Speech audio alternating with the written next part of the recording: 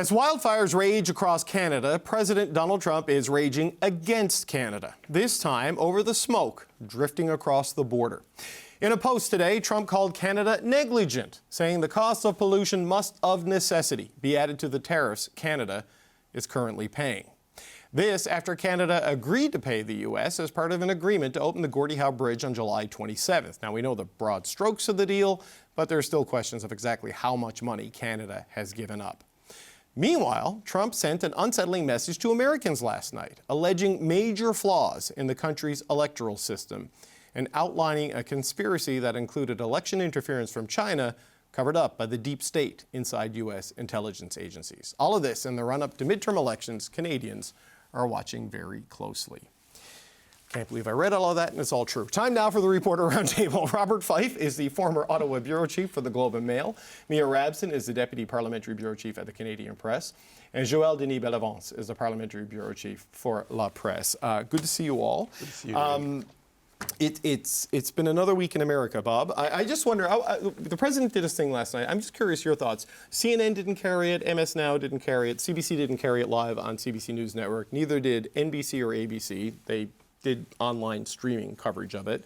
CBS, under Barry Weiss and the Ellisons carried it, Fox carried it, and Fox News carried it. What do you make of that decision to not carry the address out of concerns that the president would lie to the United States? Well, he did lie, but it's also not out of, I mean, this has happened before. It happened under Obama, and it also happened under Biden, where the networks decided not to carry a presidential address because they felt it was far too political. It had nothing to do with an address to the country about an issue of importance. In this particular case, I think they were absolutely right. The news channels, CNN and MS Now, because they are 100% news, right? They're not preempting programming. But they covered it. They just didn't allow him to rant for however long he ranted for, because I didn't listen to it. I watched the clips from CNN and the other newscasts and read about it, but I don't think that's unusual. I don't think it's a big deal.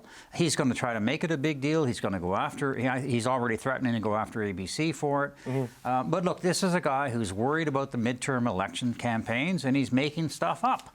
And, you know, the stuff about China, for example, what he released later on was just what we all know what China tries to do, which is try to get people elected to legislatures that will try to influence and take away the critique of China.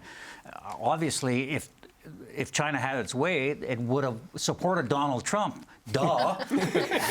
so would have said, as did Russia. Yeah. But, you know, JD, I'm of two minds on this editorially, right? Like, yeah, there's a truth problem. I think that's obvious.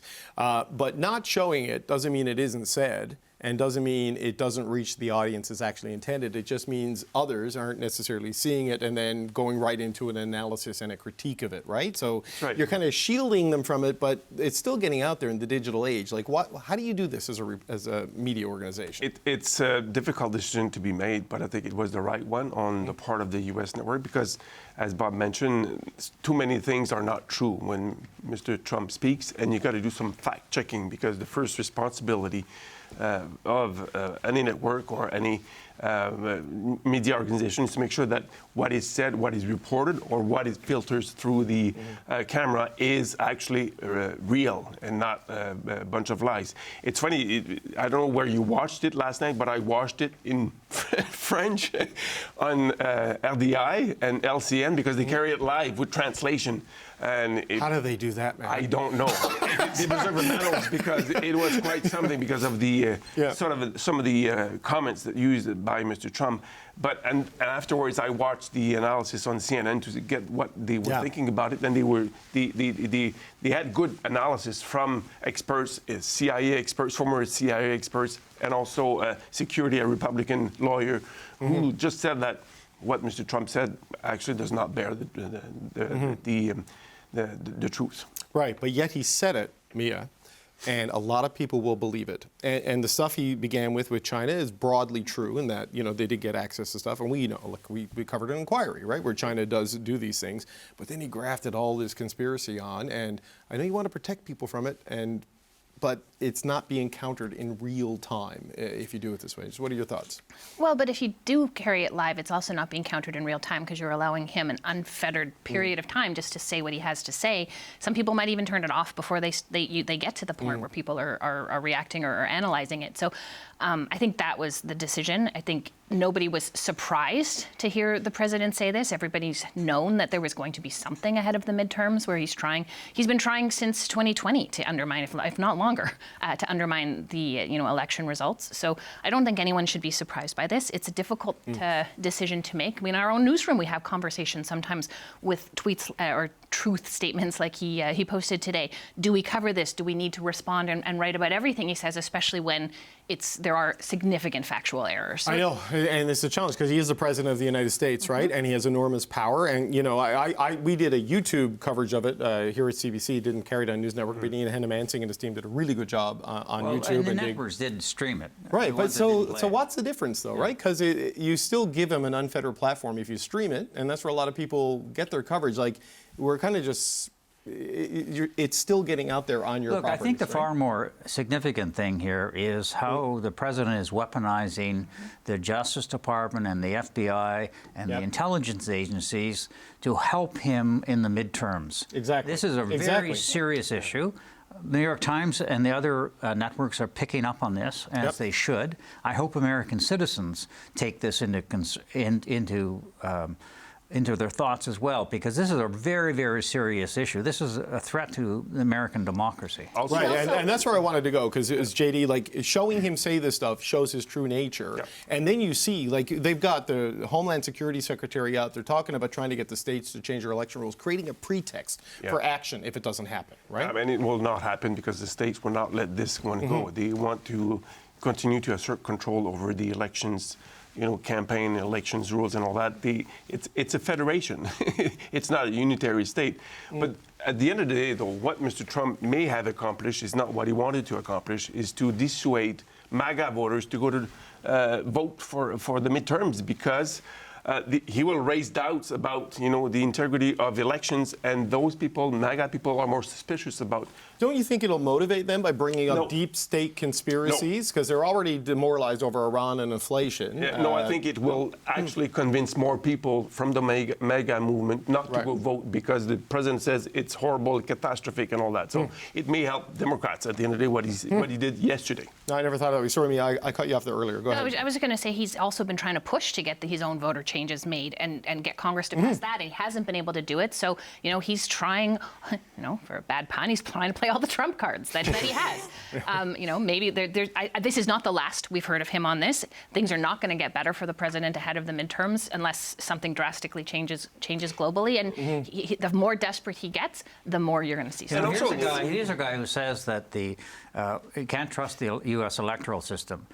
They have control of the U.S. House of Representatives. They have control of the U.S. Senate. He won the presidency. And he was the president in the elections that he says were rigged. Right. This is the part so he was in charge, right? He was elected under the system that he says doesn't work. So apparently it only works when he gets either MAGA wins or it's rigged are the two outcomes. The other point is that yesterday's speech was fighting old battles. He talked about the 2020 elections. We're 6 years past that. Events have overtaken a lot of stuff since then. And people are more concerned in the United States, polls after polls show it, about the cost of living. None of that, or basically none of that, was mentioned yesterday. Yeah, okay. I want to talk about a current battle, and this is the Gordie Howe Bridge, because Josh Wingrove, young whippersnapper, up-and-coming reporter over at Bloomberg, used to work here and works in D.C., says he got a look at the Canada-U.S. bridge deal. Isn't that interesting? And nowhere in that deal does it say that Canada's debt on the bridge and its interest carrying costs will be paid first before the revenue is shared with the United States. Now, look, we know Canada has made a few concessions to the U.S. Bob, this is obviously one of them. What do we make of the fact that Josh, who we all know, got this information, and it contradicts what the Canadian government told us about how the revenue split over the 15 years is going to go? Well, first of all, I think Pierre Poilievre is absolutely right that the government has to come clean and tell us the details of this deal, and I think it should be before a parliamentary committee so we can. We spent $6.5 billion of Canadian money. We need to know what the original deal was, which we do know what the original deal was. We need to see how this contrasted, and it should be done through a House of Commons committee. But what we saw from what Josh saw, it's not all that big of a deal, frankly, because what we see is that the original Michigan deal stands. In other words, that Canada gets to recoup the $6.4 million. The other thing is that they split the net profits or net income after all the expenses, including operating expenses, have been repaid. So there probably isn't very much money, and then it goes into a fund that will fund U.S. economic development on the Michigan side and presumably on the Canadian side. No, not on the Canadian side, only in the United States. Anyway, it doesn't strike me as a terrible deal. We had no. Frankly, we had no choice. It's the same thing. We've got to get this. We spent all this money. The bridge is there. It's got 6 lanes, 3 going across and 3 coming across. It's a very important bridge for Canada. And he found a way to satisfy Trump, at least now. But then tomorrow, who knows? He could close the bridge because of smoke. Right. Yeah, look, so there's 2 deals now, JD. There is the Carney-Trump deal, and then there's the Harper-Michigan deal, right? And that one is untouched. But this kind of amounts to a splitting of tolls, if you look at it on the side letter. It's more or less getting there in another way. But my issue is that you need to get the bridge open. Lisa Raitt was on the show saying for every 6 months it's closed, that's an extra year it takes to repay it. Just basic transparency from the government of Canada has been lacking on this. And the basic level of disclosure. And the fact that we're getting a lot more information from U.S. media on the Think deal. about that in this day and age. Yeah, right? I mean, this is unacceptable, and this is part of the pattern, I would say, on the part of Mr. Carney. Sometimes he's not, very much forward, in terms of transmitting information. And that, it could be a long-term problem. And I think I would agree that a committee should look at the deal that was concluded, where the taxpayers' money is being looked after in this deal. But the bottom line is the more important thing is that this bridge will open up, fingers crossed. And that's the key thing. And for business people in Ontario, in Quebec that depend on this bridge, this is, more important than anything else. And Mia, maybe there is a tactical, strategic reason to not release information from the Canadian side until you're sure the bridge opens, because you don't want to antagonize things. I understand that, but that has not been what has been explained to me. But this is a deal the Prime Minister is explaining that Dominic LeBlanc and Mark Wiseman negotiated, but yet Gregor Robertson is apparently responsible for and is the designated spokesperson on it, and you can't get math from anybody. Well, you can't get math from anybody. And when the Prime Minister was asked questions about it yesterday, he was so confusing in his answer that the Canadian press, Reuters, and Bloomberg all reported his comments differently. Yeah, he was bouncing back and forth between the 2 deals, well, this is the and thing. it got And you confusing. can't, he said in one breath, we will not be sharing tolls until Canada is paid back. And then in the next breath, he said, but for 15 years, we're going to be sharing net revenues. Well, the only revenues coming from that bridge are from tolls. Yeah. So he was very confusing. It was like he was twisting himself into pretzels because he did not want to have to acknowledge that, yes, we had given in to Trump once again. We were giving them some money to get the bridge open. Absolutely, this bridge needs to open. Absolutely, it's good for Canada, it's good for the United States. But the lack of transparency is the problem on this. The deal should be made public. It's not just that. They've done a shake-up in the Prime Minister's office, but they need to do a much better job with communications. And I think part of the problem is probably the communications director is not part of the inner circle, because when we saw it on the investment fund and the economic statement, that nobody could figure that one out. And then they did the condo deal in British Columbia, which is very confusing, and again, they have not been able to explain that, and it looks like the whole deal is going to fall apart in any case, because people who want to have homes, and first, they can't say, why are you favoring certain people? It made no sense, and basically it helped developers, and I think that deal is probably dead. It's a David Eby program. Like, this was the British Columbia government idea that the feds came in as a 10% partner and somehow ended up owning a but it is problematic what we're seeing on it. And I just want to say a funny thing. I didn't know that revenues from the toll will be used to pay for snow clearing on the bridge. Yeah.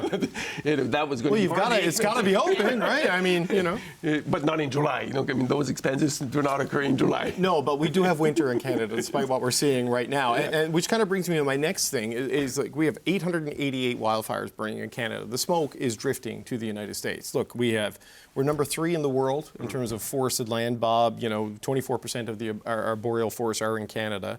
Trump is threatening a tariff. You've got Republicans in border states in the run-up to the midterms making this a big political issue. The Prime Minister is set to go to the World Cup final, I think, on Sunday, where the smoke is bad, and maybe face a president who is upset about this. I mean, what do you make of this move we're seeing from the U.S. politicians right now? Well, look, I mean, this is Trump's modus operandi. Every time he doesn't like something, he threatens countries with tariffs, as he did Spain, for example.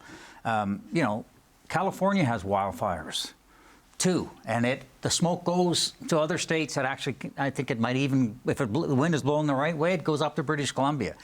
But, you're dealing with a guy who, he's almost impossible to deal with him. And, I guess what we should try to do, and I think people have made this point, is that there needs to be a greater effort at creating an agency. We have an agency, but creating an agency with the provinces that can be used in a much better way of going to fight forest fires. But I'll tell you, I fought forest fires as a young man in Northern Ontario, and once you get a big fire going, you can't stop it. Yeah, you caused a few as a journalist, but that's another metaphorical one. But JD, it's not just fighting them. Like, there needs to be a whole new approach to mitigation and reduction, right? Like, you're never going to stop them, but they're burning earlier, longer, with more intensity, and now it's becoming a cross-border political issue with threats of sanctions and tariffs and retaliation. So something's got to change. Two things. First of all, the federal government has been thinking of setting up a rapid response firefighting team sort of stuff, so that the military doesn't have to do it all the time. Exactly. The military will be busy to do something else. This idea was raised by Arjit Sajjan when he was public security minister. I don't know where it is. I don't think there was fallout. He was studying this. Maybe Mr. Carney will pick up the idea. But on Mr. Trump's and the Republican people, every time they continue to make those kind of disparaging comments on Canada, they make the rupture with Canada more profound. And it's going to be I think it's going to take generations for us to forget what this president did to Canada on annexing Canada, on tariffs, on using the bridge, Gordie Howe Bridge, using it as a hostile diplomacy against us. And then this, what's next? Every single component and element of the relationship is an opportunity to exert leverage. Exactly. There's nothing partnership about it. Like the California wildfires, Canadian planes, Canadian firefighters went there. Well, there was a Canadian firefighter who died about 6 days ago fighting fire in Colorado. So, like, Canada and the United States have shared resources on fires for decades, and they should continue to. I mean, it's a partnership that has worked very well in the past. I mean, Canada has become the favorite punching bag of a number of Republicans in the United States, including the president. So, I mean, I don't think anyone, again, should be surprised by these comments. They're absurd. I mean, smoke drifts. There's fires in Minnesota right now. Some of the smoke that's affecting the United States is coming from within the United States, but facts don't really matter in this argument. I do think that Canada needs to do more on mitigating of fires. We've had 2 of the worst fire seasons we've ever had in this country have been in the last 5 years. We have not seen a lot from this government on what they're going to do to prevent them. So if this actually compels the government to have that conversation finally, maybe that's the one positive from it. Well, look, and the way things are going with climate, the hottest summer on record is the coolest summer of the future, right? This is the challenge we're kind of facing. But Bob, just to give you the last word, I saw a Republican complaining on social media that we are suffering the consequences of policy choices we have not made in terms of the smoke. I was like, welcome to the club. 30 seconds. Well, look, I mean, the Americans under Trump have kiboshed all the environmental regulations. I mean, it's a free-for-all now, and they're the last people to be lecturing Canada. I mean, It's true that Prime Minister Carney has lessened some of our environmental standards, but nowhere near what the Americans have done. Yes, but I mean, it takes money to do this stuff, so maybe if our economy wasn't getting smacked around by tariffs and trade wars, there'd be a little bit of extra cash to take care of that stuff. All right, gang, always good to see you. We're going to be in Prince Edward Island next week, just to let people know that. We're going there to cover the Premier's Conference, so going to be on the road Tuesday, Wednesday, and Thursday in Charlottetown. Various premiers are going to be joining us on set. It's going to be Premier Palooza in the run-up to the meeting with the Prime Minister. But that's it for Reporter Palooza, our Reporter Roundtable. We're out of time. Bob Fife, former bureau chief of the Globe and Mail, Joel-Denis Bellavance with La Presse, and Mia Rabson with the Canadian Press.